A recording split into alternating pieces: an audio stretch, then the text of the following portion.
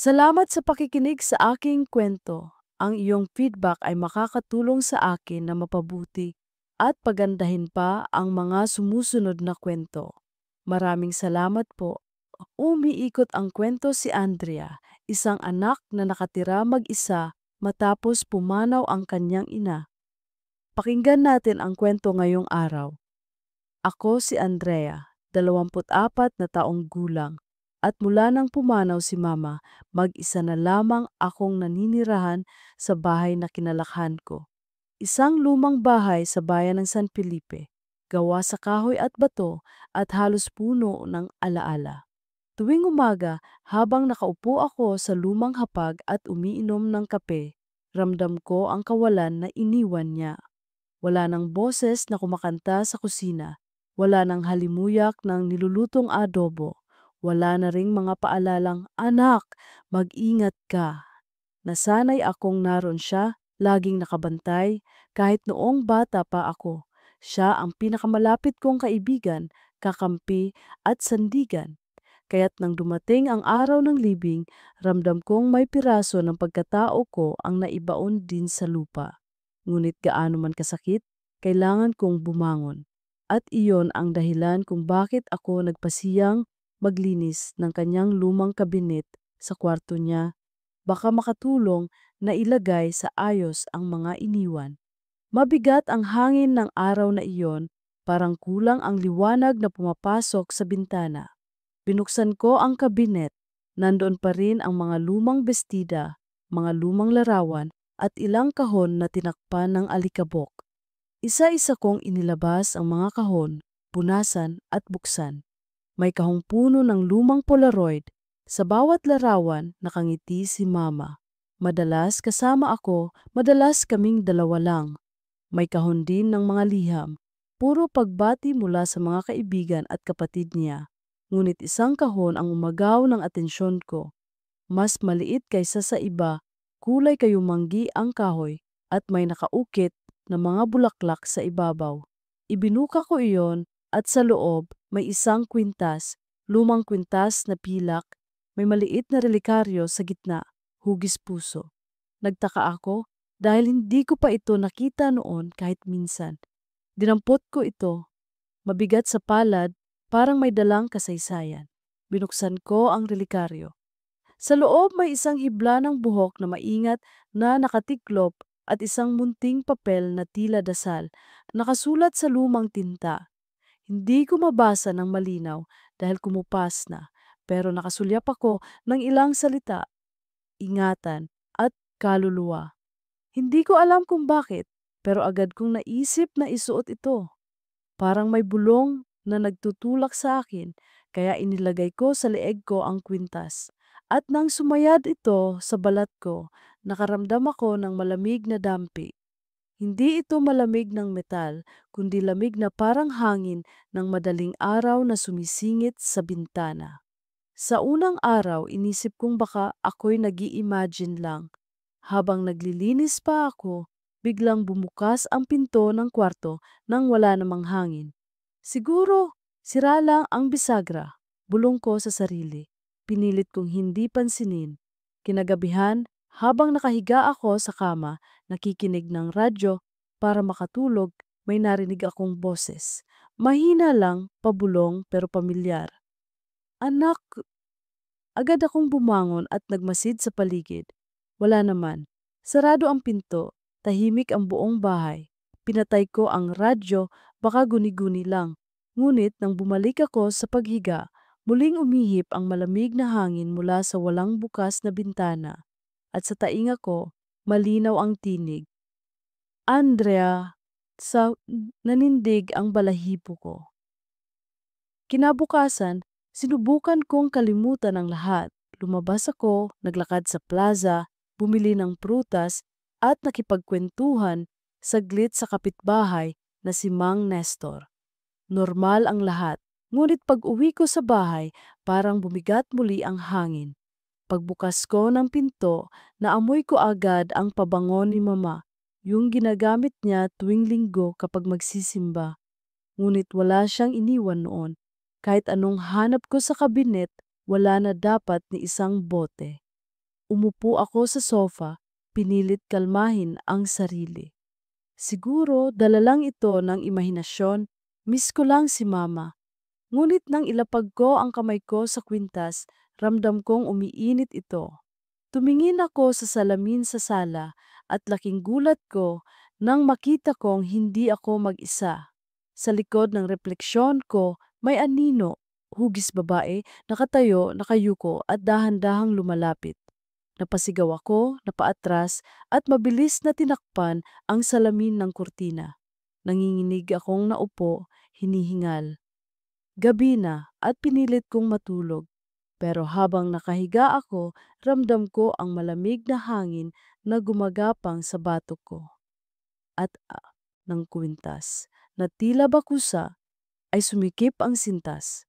Hindi hanggang mamatay, pero sapat para ramdamin kong parang may humihila sa akin pababa. Agad akong bumangon, hinila ito, at pilit na inalis. Ngunit nang alisin ko ang kwintas at ilapag sa mesa, bigla itong gumalaw mag-isa, parang may humihila pa rin. Sa dilim ng kwarto, narinig kong muli ang pamilyar na boses. Mas malinaw na ngayon, "Anak, sumama ka na sa akin." Nanigas ako sa kinatatayuan. Sa pantaha ko, baka nga hindi proteksyon ang dala ng kwintas na ito. Baka may sumpa. At sa mismong sandaling iyon, isang malamig na kamay ang dumapo sa batok ko. Halos matuyuan ako ng dugo nang maramdaman ko ang malamig na kamay na dumapo sa batok ko. Hindi iyon hangin, hindi rin imahinasyon lang. Sigurado akong may dumampi, may bigat, may presensya. Napabalikwas ako ng bangon at mabilis na binuksan ang ilaw. Wala namang tao sa kwarto. Tahimik ang lahat, maliban sa mabilis na tibok ng puso ko. Nakatambad sa akin ang kwintas, nakalapag sa mesa kung saan ko ito iniwan. Ngunit nakapulupot ang sintas nito, parang may sariling galaw na dahan-dahang kumikilos. Nilapitan ko ito, nanginginig, at agad na dinampot. Pinilit kong ilagay sa loob ng kahon kung saan ko ito natagpuan. Nang maisara ko ang takip, doon lang bumalik ang katahimikan. Pero kahit nakatago na, ramdam kong hindi na ito simpleng alaala lang ni mama. May kung anong nakakabit dito na hindi ko maipaliwanag. Kinabukasan, maaliwalas ang umaga. Pilit kong itinapon sa likod ng isip ang nangyari kagabi. Nagluto ako ng itlog at sinangag, kumain mag-isa, at pinilit kong gawing normal ang araw ko. Sa labas, naririnig ko ang tawanan ng mga bata at ang pagdaan ng mga tricycle. Ang ganitong mga tunog ay nakakapagpaalala sa akin na may buhay pa sa paligid ko, kahit sa loob ng bahay ay puro katahimikan at alaala ng isang yumaong ina.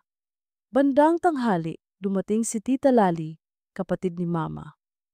"Andrea, kumusta ka na?"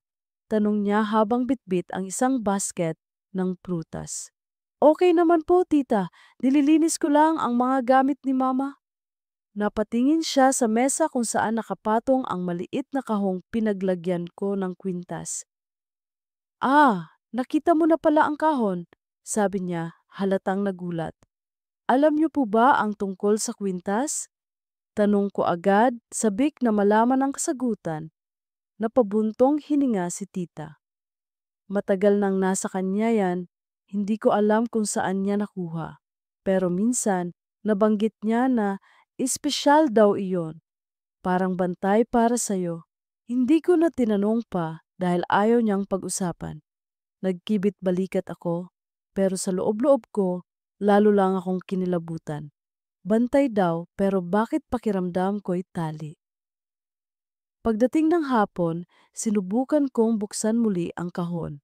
Wala naman akong balak isuot ulit ang kwintas, pero gusto kong silipin kung ano ang laman ng maliit na papel sa loob ng relikaryo.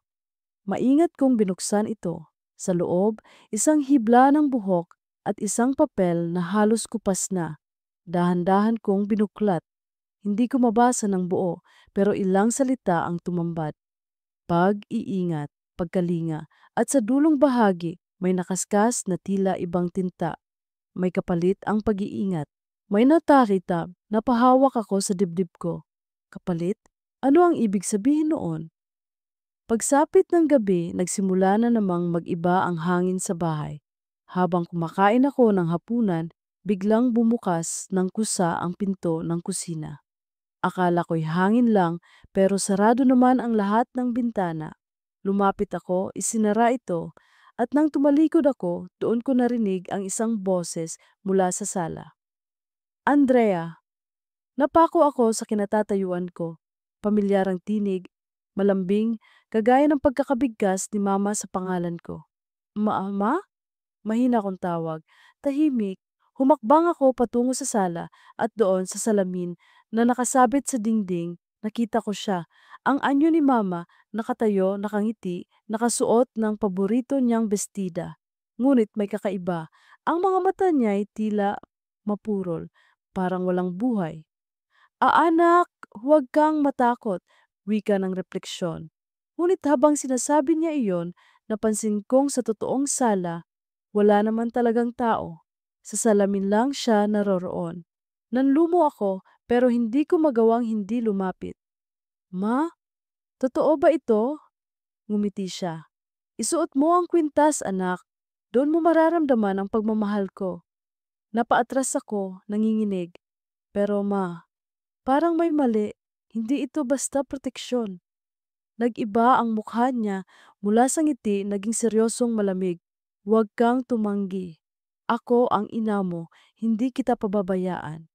At sa mismong sandaling iyon, nag-crack ang salamin, parang muntik nang mabasag, at ang anino ni Mamay unti-unting lumabas mula sa mismong refleksyon. Sumigaw ako at mabilis na tumakbo pabalik ng kwarto. Isinara ko ang pinto, humihingal, nanginginig. Pero nang mapahawak ako sa leeg ko, nanlaki ang mga mata ko. Ang kwintas na alam kong iniwan ko sa kahon ay suot ko na ulit. At ang sintas nito, mahigpit na nakapulupot sa aking leeg na para bang may ibang kamay na naglagay nito. Abang ako'y nakatalikod. Hindi ko alam kung paano muling napunta nila sa leeg ko ang kwintas. Malinaw sa alaala ko na iniwan ko ito sa kahon, isinara ko pa nga ng mahigpit.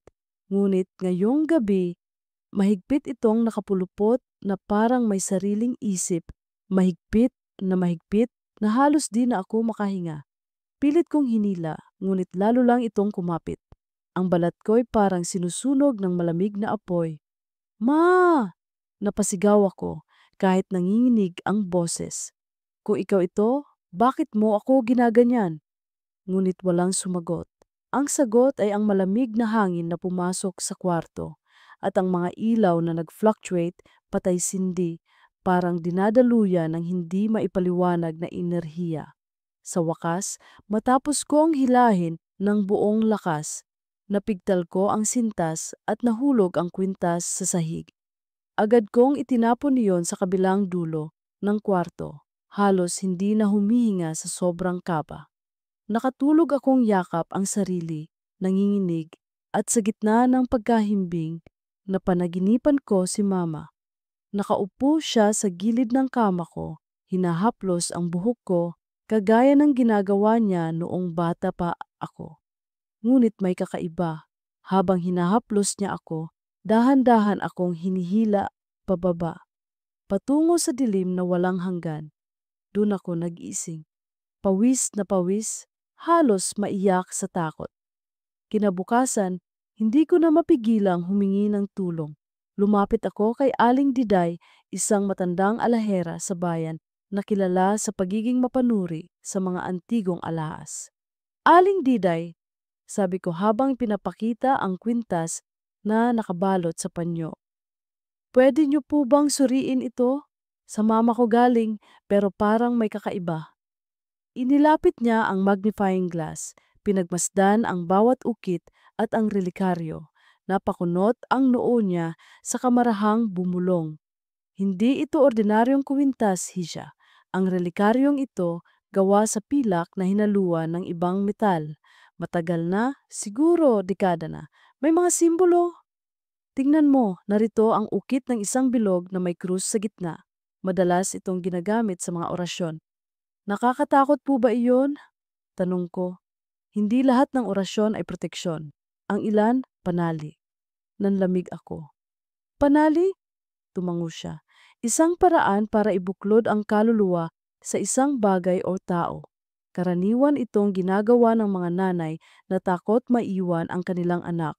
Pero may kapalit, kapag masyado silang kumapit, pati ang kaluluwa nila'y hindi na makaalis. Napaupo ako sa upuan. Ibig sabihin, si Mama, baka hindi matahimik dahil dito. Tumingin siya sa akin, seryoso. Kung hindi pa rin siya nakakaalis, baka ikaw mismo ang hinihila niya. Hindi para saktan ka, kundi para hindi ka niya iwan. Pag-uwi ko, lalong bumigat ang pakiramdam ko. Sa sala, muling bumukas ang pinto ng kusa. At sa loob ng relikaryo, nang silipin kong muli, napansin kong hindi lang hibla ng buhok ang laman. May maliit na papel at nang maingat kong buksan, nakasulat doon ang isang dasal. Ngunit sa likod ng papel, may nakaskas na kakaibang mensahe. May kapalit ang pag-iingat. Habang binabasa ko iyon, biglang bumukas ang radyo ng kusa kahit hindi ko pinapagana. At sa pagitan ng static na ingay, narinig ko ang tinig ni Mama. Andrea, anak, dito ka na lang. Agad kong pinatay ang radyo, nanginginig. Gabi. Naghanda ako ng sarili kong panangga. Naglagay ako ng asin sa paligid ng kama, gaya ng nabasa ko sa isang lumang artikulo online. Nagdala rin ako ng krusipiho at inilagay sa ulunan. Pero kahit ganoon, hindi ako nakaligtas sa panaginip. Sa panaginip, naglalakad ako sa loob ng lumang bahay ng lola ko sa probinsya. Madilim, ngunit sa dulo ng pasilyo, naroon si Mama. Nakatayo, hawak-hawak ang kwintas. Ngumiti siya, malambing at iniabot iyon sa akin. Anak, isuot mo, hindi ka na muling mag-iisa. Umiling ako, umatras. Hindi hindi ito tama. Nag-iba ang ekspresyon ng mukha niya, mula sa ngiti, naging lungkot na may halong galit. Kung ayaw mong sumama, kukunin na lang kita. At sa isang iglap, naramdaman kong may malamig na kamay na humawak sa pulso ko. Mahigpit, pilit akong hinihila, papunta sa kanya. Nagising akong may pasa sa pulso, kulay ube, parang hinawakan talaga ako, napaiyak ako sa gulat. Hindi na ito basta panaginip. Totoo ang lahat. Sa araw na iyon, dumalaw si Tita Lali. Napansin niya agad ang pasa. Andrea, anong nangyari sa'yo? Nag-atubili ako pero ikinuwento ko ang lahat mula nang makita ko ang kwintas hanggang sa mga pangyayari kagabi. Napatitig siya sa akin, halatang gulat pero hindi lubusang nagulat. Andre, may isang bagay na hindi mo alam. Noon, nang bata ka, halos mamatay ka sa lagnat.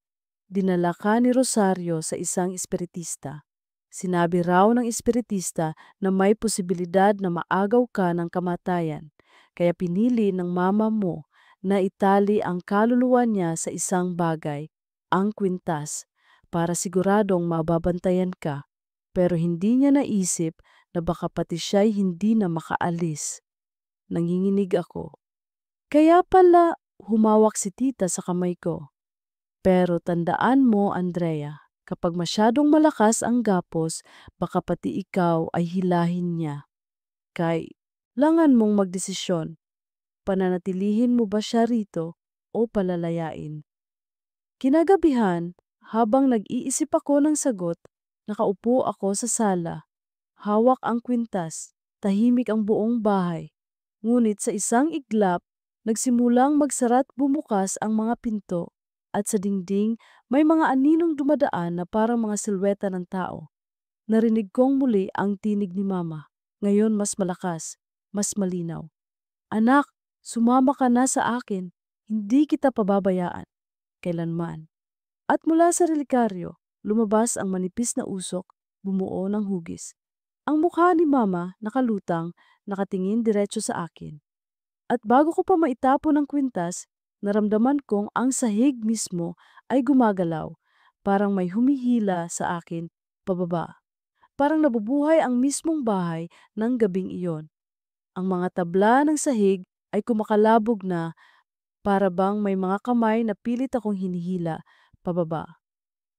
Ang mga pinto ay sabay-sabay na nagsara at ang mga bintanay kumalansing na parang binabayo ng malakas na hangin kahit walang bagyo.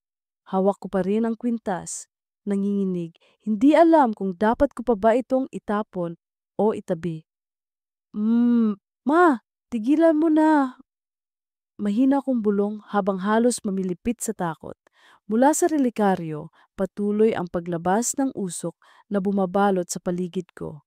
Bumuo ito ng hugis, katawan ng isang babae na kasuot ng bestidang madalas suotin ni Mama tuwing linggo. Ngunit imbes na mapawi ang takot ko, lalong bumigat ang dibdib ko. Dahil oo, mukha niya iyon, ngunit ang mga mata ay walang liwanag, puno ng lungkot na may kasamang pagkahumaling. Anak! Wika ng tinig, malambing sa umpisa. Ang dami mong tiniis, hindi ko hahayaang mag-isa ka. Umiling ako, umaatras. Ma, kasama mo ako kahit wala ka na. Pero ganito, hindi na tama to. Nagbago ang ekspresyon ng mukha niya. Ang lambing ay napalitan ng mariing titig. Kung hindi ka sasama, baka mawala ka ulit. Hindi ko hahayaang mangyari iyon. Biglang sumikip muli ang kwintas sa leeg ko. Napasigaw ako, hinila, pero imbes na malaglag, parang mas lalo itong dumikit. Parang mismong balat ko na ang kalaban ko. Kinabukasan, halos wala akong tulog. Mapula ang mga mata ko at mabigat ang pakiramdam. Pagbaba ko para magtimpla ng kape, nakita kong bukas na ang pinto ng kwarto ni Mama. Ang kwartong matagal ko nang isinara mula nang pumanaw siya. Dahan-dahan akong lumapit. Pagbukas ko, naamoy ko ang pabango niya sariwa, parang kakaspray lang. Sa kama, may nakalatag na lumang sobre. Nanginginig kong dinampot at binuksan. Liham iyon. Nakasulat sa pamilyar na sulat kamay ni Mama. Andrea, kung sakaling maiwan kita, huwag kang matakot. Hindi kita iiwan kailanman. Kahit saan ka mapunta, hahabulin kita. Hihilahin kita pabalik dahil anak kita. Napatakip ako ng bibig. Ang mga salitang iyon nakakadurog ng puso. Pero nakakatindig balahibo rin. Ang pagmamahal niya'y tila naging sumpa. Dumating si Marco, matagal ko ng kaibigan. Halata niyang may kakaiba sa itsura ko. Andrea, ayos ka lang ba?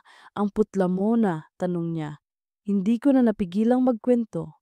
Isinalaysay ko ang lahat, mula sa kwintas, sa boses ni Mama, sa mga aninong nakikita ko. Hindi niya ako tinawanan. Imbes, seryoso siyang nakinig. Kailangan mo ng tulong, aniya. Hindi ito normal. Baka may koneksyon sa espiritu ng mama mo. O baka may sumpa nga. Nag-alok siyang samahan ako sa pari ng bayan, si Father Ben. Hapon, nagtungo kami sa kumbento.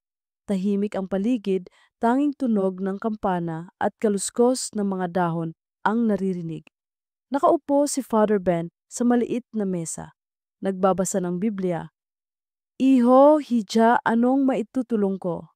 Tanong niya nang makita kami. Nagkwento ako ng buo.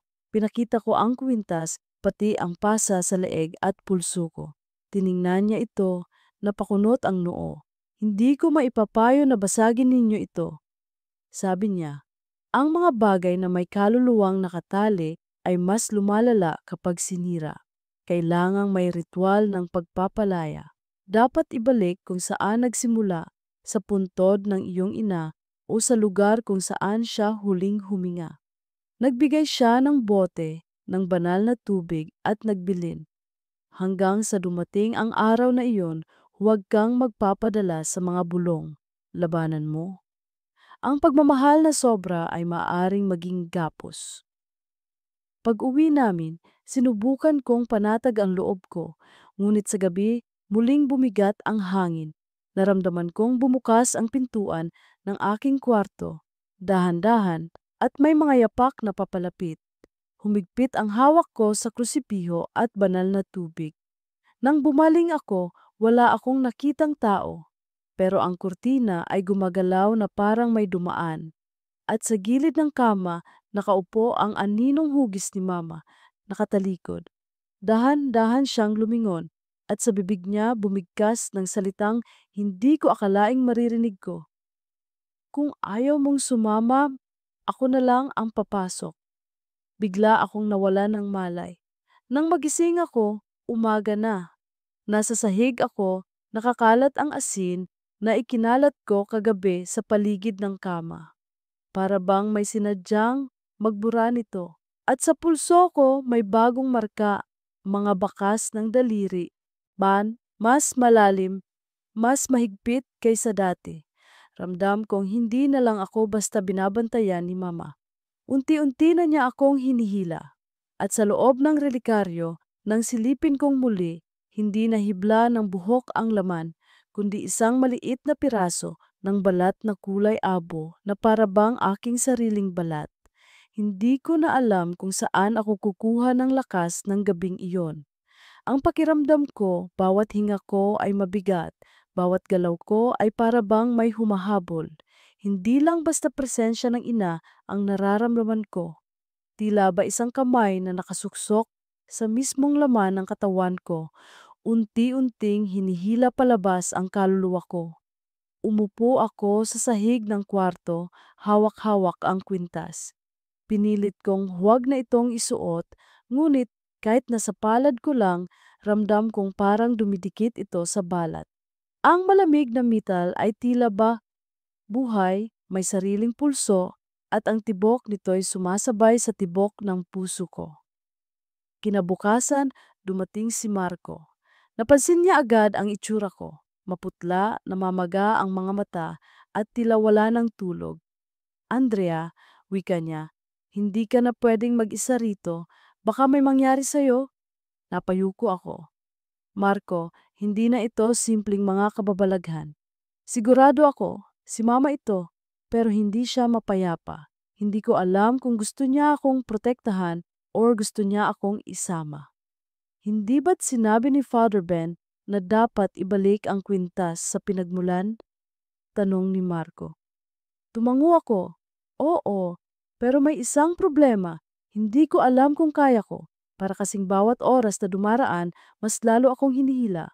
Kahapon, nagising akong nasa sahig, wala sa kama.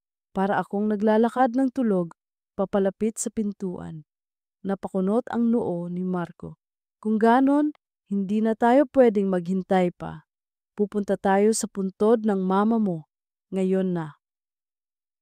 Naglakbay kami papunta sa sementeryo bandang hapon. Dala ko ang kwintas, binalot ko sa tela para hindi ko maramdaman ang direktang lamig nito. Habang papalapit kami sa puntod ni Mama, napansin kong lalong bumibigat ang paligid.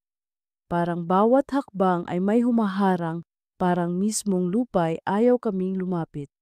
Pagdating namin, nagdasal kami sandali. Inilabas ko ang kwintas at inilapag sa puntod. Naramdaman ko agad ang pag-ikot ng hangin. Ang mga dahon ng puno sa paligid ay nagsimulang umindayog ng malakas kahit walang bagyo. Andrea, may bumubulong hindi mula sa paligid kundi mula sa mismong loob ng ulo ko. Huwag mo akong iwan. Napahawak ako sa sentido ko. Ma, kung ikaw ito, patawarin mo ako. Pero kailangan kitang palayain. Biglang nagbitak ang lupa sa tabi ng puntod. Mula sa siwang, may malamig na usok na umakyat, bumalot sa kwintas. At sa harapan namin, unti-unting lumitaw ang anino ni Mama. Nakasuot siya ng bestidang puti, nakalugay ang buhok, at nakatingin sa akin ng mariin. Anak, aniya, hindi mo ba naaalala, nang bata ka, muntik ka nang mamatay sa lagnat. Nakiusap ako na huwag kang kunin, kaya ibinigay ko ang sarili ko kapalit mo. Ngayon, oras nang magbayad ka. Nanlamig ako. Ma, hindi ko ito hiningi. Hindi ko ginusto na manatili ka rito. Ang gusto ko lang magkaroon ka ng kapayapaan. Ngumiti siya, ngunit hindi iyon ngiting kilala ko. Kapayapaan. Ang kapayapaan ko ay nasa piling mo. Kung wala ka, hindi ako buo. Naglagay ng asin si Marco sa paligid ng puntod, gaya ng bili ni Father Ben. Ngunit biglang umihip ang hangin at kumalat ang mga butil ng asin, para bang may puwersang sadyang nagbubura nito. Hindi siya papayag, bulong ko. Hinawakan ko ang kwintas, ngunit sa halip na mailapag, kusa itong kumapit muli sa leeg ko. Napasigaw ako, pilit na tinatanggal, pero mas lalo itong humigpit. Ang mata ni Mama ay nagningning sa kakaibang liwanag. Anak, wala ka nang magagawa. Tayong dalawa ay isa. Naramdaman kong biglang humigpit ang dibdib ko. Nahihirapan akong huminga. Para bang may humihila sa akin, pababa sa ilalim ng lupa, papunta sa dilim. Labanan mo siya, Andrea. Sigaw ni Marco habang sinubukang hilahin ang kwintas mula sa leeg ko. Ngunit sa tuwing hahawakan niya, napapaso ang balat niya. Sa gitna ng lahat, nakaramdam ako ng init mula sa bulsa ko. Inilabas ko ang lumang liham ni Mama, ang natagpuan ko sa kwarto niya. Nanginginig ang kamay ko habang binabasa. Kung sakaling maiwan kita, hindi kita iiwan kailanman. Hihilahin kita pabalik. At doon ko naunawaan, hindi lang ito simpleng pagmamahal. Ito ay takot. Takot na maiyo. Anak ko, takot na mawalan. Ang takot na iyon ang naging tali, ang naging sumpa. Ma, nanginginig kong wika. Hindi ako nawala. Buhay ako, pero kung patuloy mo akong hihilahin, pareho tayong mawawala. Huminto siya. Saglit na nanahimik, nakita kong bumagal ang ihip ng hangin at ang mga mata niya'y tila nagdadalawang isip. Hindi mo ba ako mahal? Tanong niya, ang boses ay puno ng lungkot. Tumulo ang luha ko. Mahal na mahal kita, pero ang tunay na pagmamahal marunong palayain.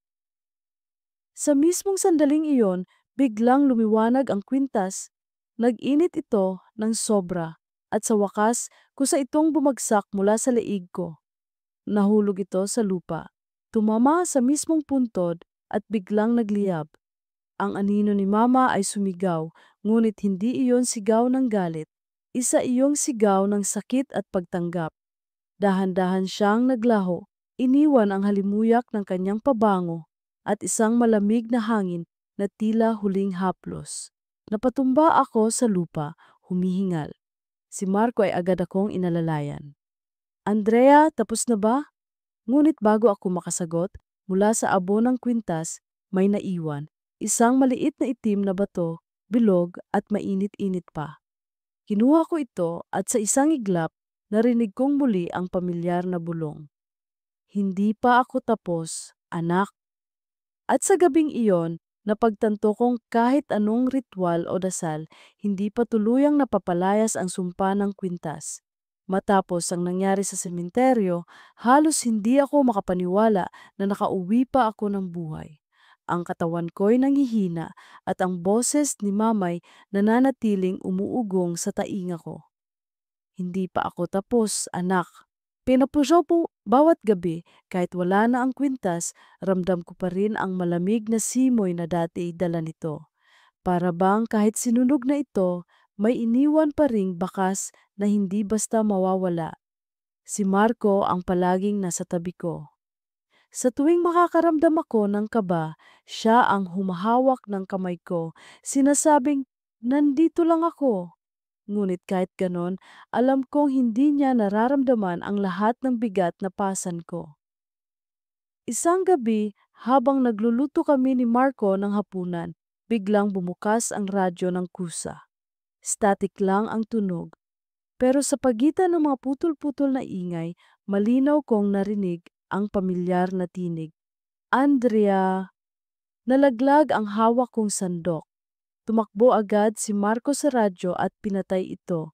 Ngunit ilang segundo lang, muling bumukas at nagpatugtog ng isang lumang awitin, yung lullaby na kinakanta ni Mama sa akin noong bata pa ako. Nanlamig ako. Hindi siya umaalis, bulong ko. Hinatak ako ni Marco palapit.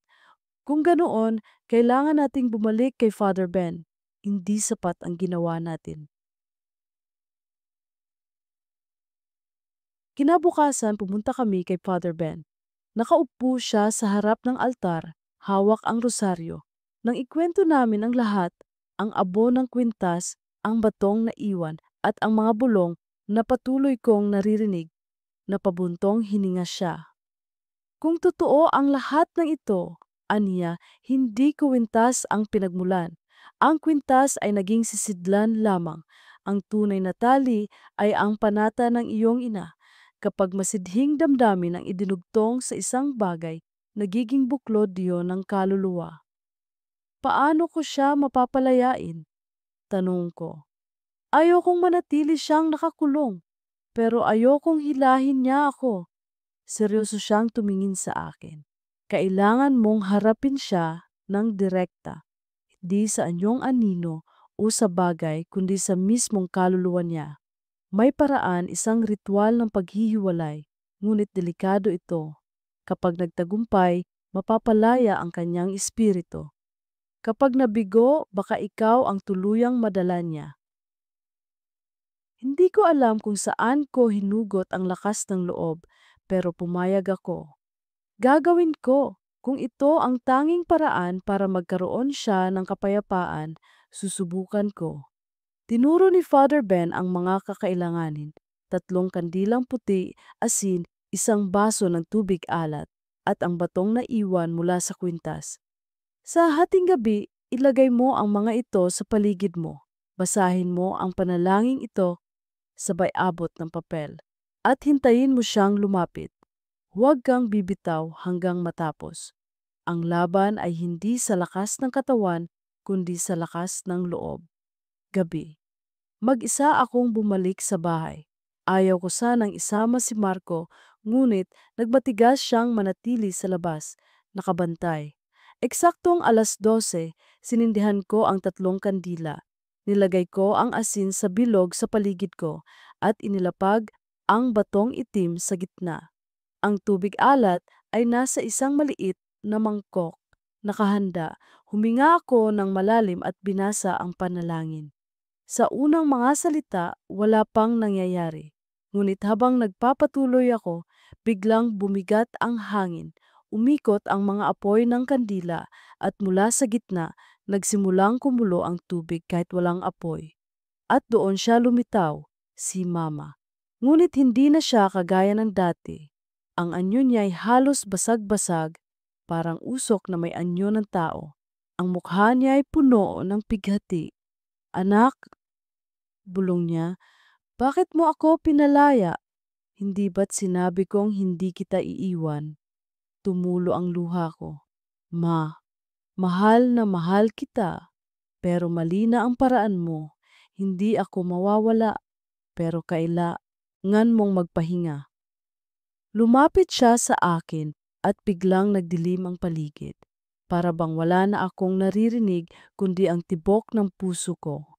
Hawak niya ang batong itim at naramdaman kong hinihila niya ito papunta sa akin. Kung gusto mong hindi na mag-isa, sumama ka na lang. Dito, sa piling ko, walang iwanan. Nanginginig ako. Pero ma, kung sasama ako, mawawala ang buhay ko. Hindi ba't ikaw ang unang nagsabi na dapat kong ipagpatuloy ang buhay ko kahit wala ka? Nagiba ang mukha niya, tila nag-aalangan. Ngunit maya-maya muling nagdilim ang mata niya. Hindi ko kaya, Andrea. Hindi ko kayang mawala ka. Nagsimulang mabasag ang mga salamin sa bahay, isa-isa. Ang kandila'y halos mamatay at ang asin sa sahig ay dahan-dahang naglalaho. Naramdaman kong unti-unting bumibigat ang katawan ko, hinihila papunta sa kanya. Sa desperasyon, inabot ko ang tubig alat at ibinuhos sa batong itim. Agad itong umusok at nagbitak at mula roon, isang sigaw ng babae ang umalingaw-ngaw. Ma! Sigaw ko. Halos mapatid ang boses ko. Hindi ako aalis, pero hindi rin ako susuko sa iyo. Ang pagmamahal ay hindi gapos. Ang pagmamahal ay palaya. Tumigil siya at unti-unting lumambot ang mukha niya. Anak! Bulong niya mahina. Natatakot lang akong maiwan ka. Tumulo ang luha ko. Hindi mo ako iniiwan dahil nasa puso kita. Pero kailangan mong magpahinga. Dahan-dahan siyang umatras at ang katawan niyang usok ay nagsimulang maglaho. Ngunit bago siya tuluyang nawala, ngumiti siya at ramdam kong iyon ang nangiting totoo ni Mama, hindi na anino ng takot. Nang magsara ang paligid, natira akong mag-isa sa gitna ng kandila. Ang batong itim ay nagpulbos at ang hangin ay naging magaan. Ngunit sa pinakailalim ng lahat, habang pinupunasan ko ang luha ko, may narinig akong mahina, halos pabulong. Hindi pa ito ang huli, anak. At muling nanlamig ang balat ko.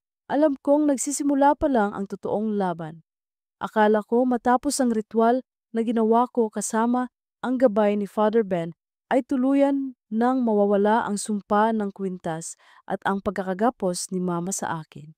Ngunit ilang araw matapos iyon, nagsimula na namang sumingit ang mga kakaibang senyales. Mga senyales na parang binubuksan muli ang sugat na akala ko'y naghilom na. Nagsimula ito sa maliliit na bagay. Ang orasan sa kwarto ko ay tumitigil eksaktong 12:30 tuwing hating gabi, sa kabiglang aandar muli makalipas ang 1 minuto. Ang radyo ay biglang tutugtog ng lulabay na kinakanta ni Mama noong bata pa ako, kahit walang nakasaksak na kuryente.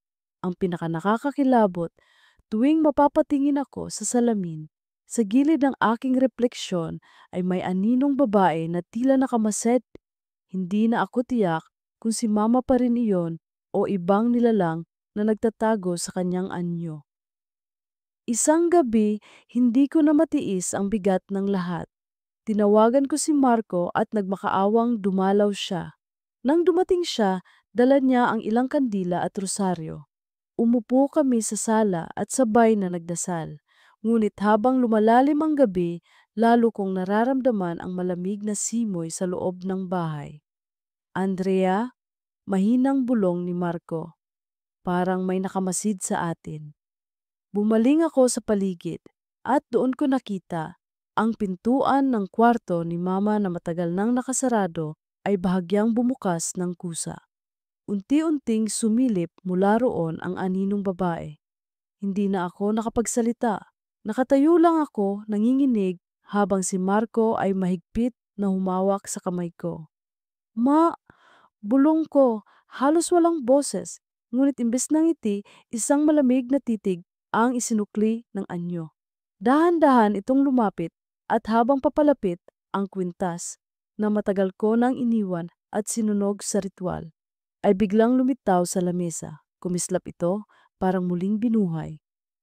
Agad kong sinubukan itong kunin para itapon, ngunit bago pa man ako makalapit, kumapit ito ng kusa sa leeg ko. Para akong nasakal, halos mawalan ng hininga. Napasigaw si Marco at pilit na tinatanggal ito, pero parang may nakatagong kamay na humahawak mula sa likod. Andrea! Sigaw niya. Labanan mo! Sa gitna ng pagsakal ng kwintas, narinig kong muli ang boses ni Mama. Hindi kita iiwan, anak. Kung ayaw mong sumama, ako ang papasok. Sa iglap na iyon, nagdilim ang paningin ko at nakaramdam ako ng biglang pagbigat sa ulo. Nang magbalik ang liwanag, hindi na ako ang nakatayo sa sala. Ako ay nasa loob ng isang lugar na madilim, malamig at walang hanggan. Parang espasyo sa pagitan ng buhay at kamatayan. Sa loob ng dilim, nakasalubong ko si Mama, ngunit hindi siya kagaya ng huling nakita ko. Hindi siya basag-basag na usok, kundi malinaw na malinaw, kagaya noong buhay pa siya. Nakangiti siya, hawak ang kamay ko. Anak, dito ka na lang, wika niya. Dito, hindi ka mag-iisa. Walang sakit, walang lungkot. Ako ang bahala sa'yo. Naluha ako. Bahagi ng puso ko ay gustong manatili. Matagal na akong uhaw sa presensya niya, sa yakap, sa lambing, na nawala mula nang siya'y pumanaw. Ngunit isang bahagi ko'y lumalaban. Ma, mahal kita! Sagot ko, nanginginig, pero hindi ito ang dapat. Hindi ito buhay. Hindi mo ako dapat hilahin dito. Nagiba ang ekspresyon niya. Mula sa ngiti, naging malamig na lungkot sa kagalit. Kung mahal mo ako, bakit mo ako tinatanggihan? Hindi mo ba alam kung gaano kasakit ang mag-isa? Hindi mo ba naisip kung gaano ako natatakot maiwan? Biglang bumukas ang paligid at nakita ko ang mga alaala ng nakaraan. Ako, bata pa, may mataas na lagnat, halos hindi makahinga. Si Mama umiiyak, nakaluhod, nagdarasal sa harap ng isang matandang espiritista.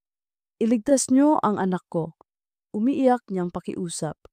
Kunin niyo na lang ako, huwag lang siya. Doon ko naintindihan. Ang panata niya, ang sobrang takot niya na mawala ako, ang nagbukas ng pinto para mabuo ang sumpa ng kwintas. Ma, bulong ko, halos wala ng boses, hindi mo kailangang ibigay ang kaluluwa mo para sa akin. Buhay ako dahil sa'yo, pero kung patuloy mo akong hihilahin, pareho tayong mawawala. Narinig kong sumisigaw si Marco mula sa malayo, tila boses na bumabalik sa akin. Andrea, bumalik ka, huwag kang bibitaw. Pinikit ko ang mga mata ko, pinilit kong isipin ang mga alaala ng buhay ko ngayon. Ang araw na nagtapos ako sa kolehiyo, ang tawanan namin ng mga kaibigan, ang pangakong ibinulong ni Mama sa akin bago siya pumanaw. Magpatuloy ka, anak, kahit wala ako. Binuksan ko ang mga mata ko at humarap kay Mama. Ma, hindi kita tinatanggihan, pero ang pagmamahal na tunay marunong magpalaya. Sumigaw siya at ang paligid ay lumindol. Ang madilim na espasyo'y nagsimulang gumuho, parang binabayo ng mga alon ng apoy at usok. Hawak niya ang kamay ko, pilit akong hinihila, ngunit ako, buong lakas kong pinigilan. Hindi, Ma! Sigaw ko, luha ang nanginginig. Kung mahal mo ako, hayaan mong mabuhay ako.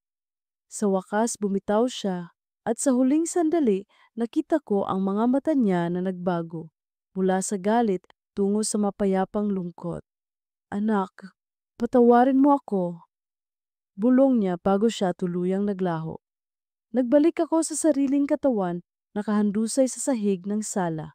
Si Marco, pawisan at nanginginig, ay mahigpit na hinahawak ang balikat ko. Andrea, akala ko mawawala ka na. Huminga ako ng malalim, pinilit tumayo. Ang kwintas ay nakalugmok sa sahig, basag ang relikaryo, at ang bato sa loob ay nadurog na parang abo. Pero bago ko pa man ito maabot, mula sa abo ay umangat ang isang malamig na simoy ng hangin at narinig ko ang pamilyar na tinig. Mahina, halos pabulong. Hindi pa ito ang wakas, anak. Napatingin ako kay Marco at sabay kaming natigilan. Alam naming may isa pang gabi na darating. Isa pang pagkakataon na kailangang pagdesisyunan. Kung tuluyan ko na bang papalayain ang kaluluwa ni Mama o kung hahayaan kong manatili siyang anino sa buhay ko magpakailanman. Hindi na ako mapakali matapos ang gabing iyon. Ang huling bulong ni Mama, hindi pa ito ang wakas, anak, ay paulit-ulit na umuugong sa isip ko. Kahit basag na ang relikaryo at abo na lang ang naiwan, pakiramdam ko'y may nakatali pata rin sa pagitan naming dalawa. Bawat umaga, may mga kakaibang senyales. Isang bulaklak ng gumamela sa bintana na tila bagong pitas kahit walang punong ganoon sa paligid. Ang halimuyak ng pabango niya sa hangin at minsan ay mahina ngunit malinaw na katok sa pintuan tuwing 3:00 ng madaling araw. Hindi ko na alam kung imahinasyon ko lang o talagang si Mama pa rin ang bumabalik. Isang hapon, dinalaw ako ni Tita Lali. Dinalhan niya ako ng ulam at sinubukang pagaanin ang loob ko. Ngunit napansin niyang wala akong gana. Mapungay ang mga mata ko. Andrea, sabi niya, hawak ang kamay ko. Hindi mo kailangang dalhin mag-isa ang lahat ng to. Alam kong matindi ang pagmamahal ng mama mo, pero baka masyado na itong mabigat para sa'yo. Hindi ko alam, tita. Sagot ko. Parang kahit anong gawin ko, Hindi siya matahimik. Parang lagi siyang nandito. Napabuntong hininga siya. Baka kailangan mong harapin siya sa huling pagkakataon. Hindi para labanan, kundi para tuluyan siyang kausapin. Ibigay mo ang kapatawaran at hingin mo rin ang kapayapaan. Kinagabihan, nagpasya akong gawin ang huling ritual. Hindi na ako naghintay kay Marco o kay Father Ben. Nararamdaman kong ako mismo ang kailangang humarap. Inilatag ko ang asin sa paligid ng sala, nagsindi ng 3 kandilang puti at inilagay ang abo ng kwintas sa isang mangkok. Sa tabi, inilapag ko ang liham ni Mama na dati kong natagpuan sa kwarto niya. Umupo ako sa gitna, huminga ng malalim at nagsimulang magdasal. Sa una, tahimik ang lahat. Ngunit habang lumalalim ang gabi, biglang umihip ang malamig na hangin at ang apoy ng kandila ay sumayaw na parang may humihinga sa paligid. Mula sa mangkok ng abo, umangat ang usok at unti-unti bumuo ng hugis ng isang babae, si Mama. Ngayon, malinaw na malinaw ang anyo niya. Nakangiti, ngunit may lungkot sa mga mata. Anak, bulong niya, ang dami kong kinakatakutan. Ayokong maranasan mo ang pag-iisa na naranasan ko. Naluha ako. Ma, hindi ako nag-iisa. May mga kaibigan ako, may mga taong nagmamahal, at higit sa lahat, dala ko ang alaala mo. Pero kung patuloy mo akong hihilahin, pareho tayong mawawala. Lumapit siya at naramdaman kong muli ang lamig ng kanyang presensya. Pero anak, paano kung kailangan kita? Huminga ako ng malalim. Ma, hindi mo ako kailangan. Ang kailangan mo ay kapayapaan. At kung talagang mahal mo ako, pakawalan mo na ako. At pakawalan mo na rin ang sarili mo. Nagbago ang anyo niya, ang mukha niyang puno ng lungkot ay napalitan ng katahimikan. Tumulo ang mga luha sa kanyang pisngi. Patawarin mo ako, Andrea, wika niya, kung naging gapos ang pagmamahal ko. Ngumiti ako sa gitna ng luha. Wala kang dapat ipagpaumanhin, Ma, dahil kung hindi dahil sa pagmamahal mo, wala ako rito ngayon. Pero panahon na para magpaalam. Dahan-dahan siyang umatras, at ang katawan niyang usok ay nagsimulang magliwanag. Ang abo sa mangkok ay kumislap, at ang halimuyak ng kanyang pabango ay sumama sa hangin, nagiging banayad at mapayapa. Sa huling pagkakataon, narinig ko ang boses niya. Mahal na mahal kita, anak. Huwag mong kalimutan. At tuluyan na siyang naglaho. Umaga na nang magising akong nakatulog sa sala, napapaligiran ng abo at natunaw na kandila. Ngunit ang pakiramdam ko'y iba. Magaan, malaya, at walang bigat na nakadagan sa dibdib ko. Lumabas ako sa bakuran. Ang hangin ay sariwa at ang araw ay maliwanag. Sa gilid ng pintuan, may isang puting gumamela. Kinuha ko ito, nilagay sa maliit na plorera at ngumiti. Alam kong si Mama pa rin ang nag-iwan noon, ngunit ngayon hindi na iyon tanda ng gapos. Isa na itong paalala ng pagmamahal na natapos sa wakas ng kaluluwang natuturing magpalaya. Sa mga sumunod na araw, natuto akong muling mamuhay ng payapa. Bumalik ako sa trabaho, muling nakipagkita sa mga kaibigan, at madalas na nagdarasal para kay Mama. Tuwing alaala ko siya, hindi na takot ang pumapalit, kundi init ng pagmamahal. Minsan, tuwing hating gabi, naririnig ko pa rin ang mahina at banayad na bulong. Ngunit hindi na ito sigaw ng panghihila. Isa na itong tinig na puno ng payapa. Anak, kaya mo na. At doon ko alam, tuluyan nang nakahanap ng kapayapaan ang kaluluwa ng aking ina. At ako, natuto ring bitawan ang takot at yakapin ang buhay, dala ang alaala niya bilang liwanag, hindi bilang anino.